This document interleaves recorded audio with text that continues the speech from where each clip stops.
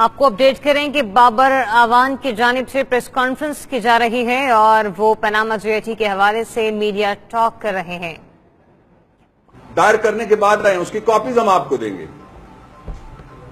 اس کا آغاز ہم کرتے ہیں پاناما کے مقدمے سے. پاناما کیس میں شبیر کو یہاں بٹھا دیتے یار. پاناما کیس میں جو فیصلہ آیا ہے اس میں گاڈ فادر 2 کے بارے میں ایک باقاعدہ ڈیکلریشن آ گیا ہے کہ وہ کیا ہیں.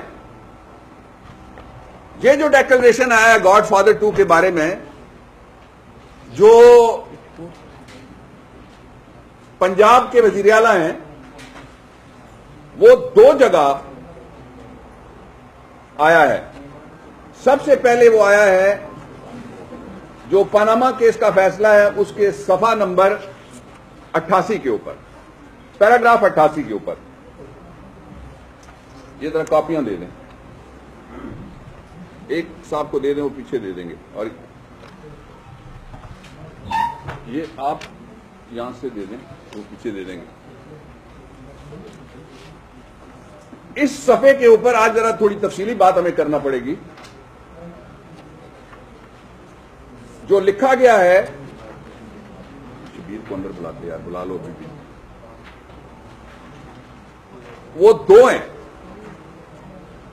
پیراگراف نمبر 88 سب سے پہلے میں پڑھتا ہوں. آپ آ جائیے. جو قلم سے لکھا ہوا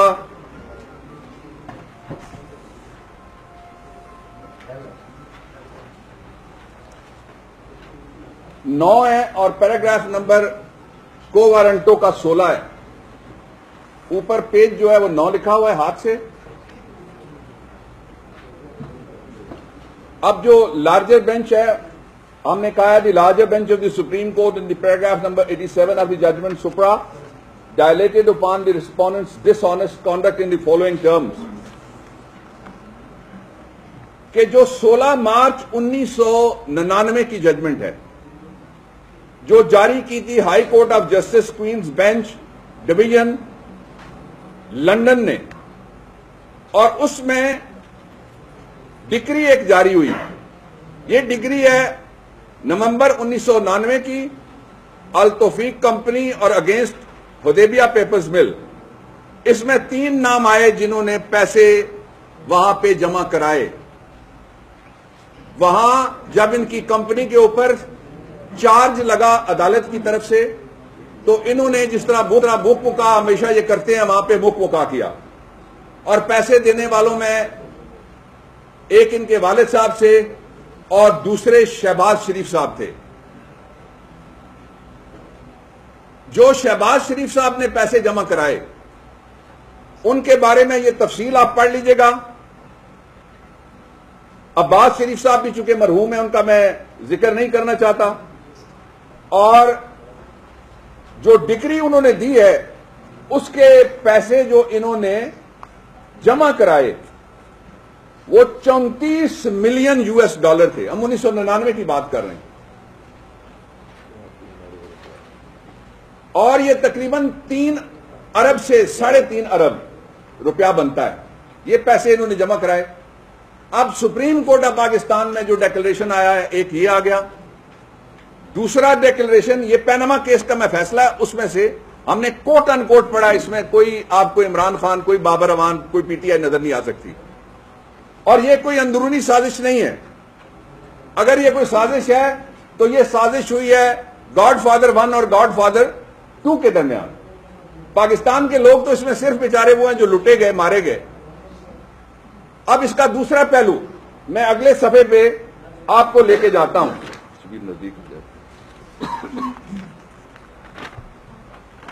اب آ جائیے، اگلا صفحہ ہے 11 ایک چھوڑ کے، اس پٹیشن کا، کو وارنٹو کا. اس کا پیراگراف نمبر ہے 19. اس پیراگراف نمبر 19 میں لکھا ہوا ہے کہ جو بھی تقریریں یہ ملک میں کرتے رہے جو بھی انہوں نے اثاثے دیے اور جو 2000 میں 1999 والی ڈگری میں لندن کی ڈگری ہے، بھائی پاکستانی عدالت نہیں ہے جس کے بارے میں کہیں گے کہ اس کے کچھ صفحے خالی ہیں اور کچھ صفحے خالی نہیں ہیں، اور کہیں گے یہ کتاب پوری بھری ہوئی ہے. یہ بھی کتاب پوری بھری ہوئی ہے جو میں آج آپ کو دکھا رہا ہوں. یہ لندن کی کورٹ کا فیصلہ ہے، اور فیصلہ کس طرح سے آیا؟ یہ کوئی ان کے خلاف ابھی نہیں ہوا تھا. چارج آیا جو ہی انہوں نے فوراً کہا کہ ہم پیسے دینے کے لیے تیار ہیں. یہ سپریم کورٹ آف پاکستان کے لارجر بینچ نے کہا ہے کہ جناب انہوں نے یہ پیسے جو جمع کرائے ان کا ذکر کسی جگہ کبھی نہیں کیا. اس لیے آرٹیکل 63(1)(f) کے تحت یہ ڈیکلریشن شہباز شریف کو نااہل کرنے کے لیے کافی ہے. پہلی بات یہ ہے،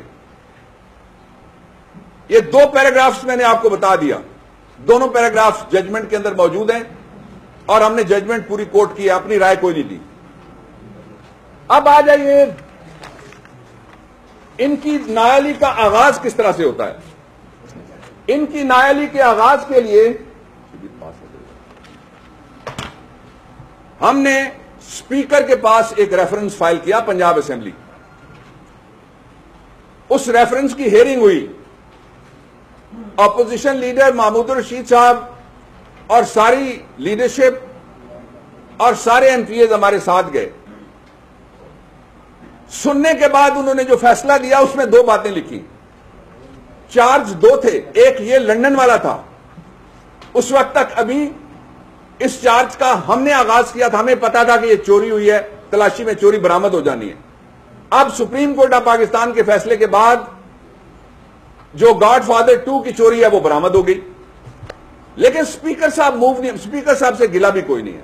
انہوں نے ٹکٹ لینا ہے، پھر وہ ان کے ٹکٹ پہ ہیں، وہ ان کی پارٹی کے بندے، ان سے کیا گلا کیا جا سکتا ہے. لیکن دوسری بات انہوں نے یہ کہی، انہوں نے کہا جی کہ ہائی کورٹ میں کیس ابھی پینڈنگ ہے وہ شوگر ملوں والا، اور شوگر ملیں بھی ایسی تلسماتی شوگر ملیں تھیں کہ انہوں نے کہا کہ جی ہم شوگر مل نہیں لگا لے، وہاں پہ ہم بجلی بنانے کا کارخانہ لگا رہے ہیں، لیکن بجلی بنانے کا کارخانہ باقی بجلی بنانے کے کارخانوں میں سے بجلی نہیں بنی، لیکن اس میں سے چینی بن کے نکلنا شروع ہو گئی.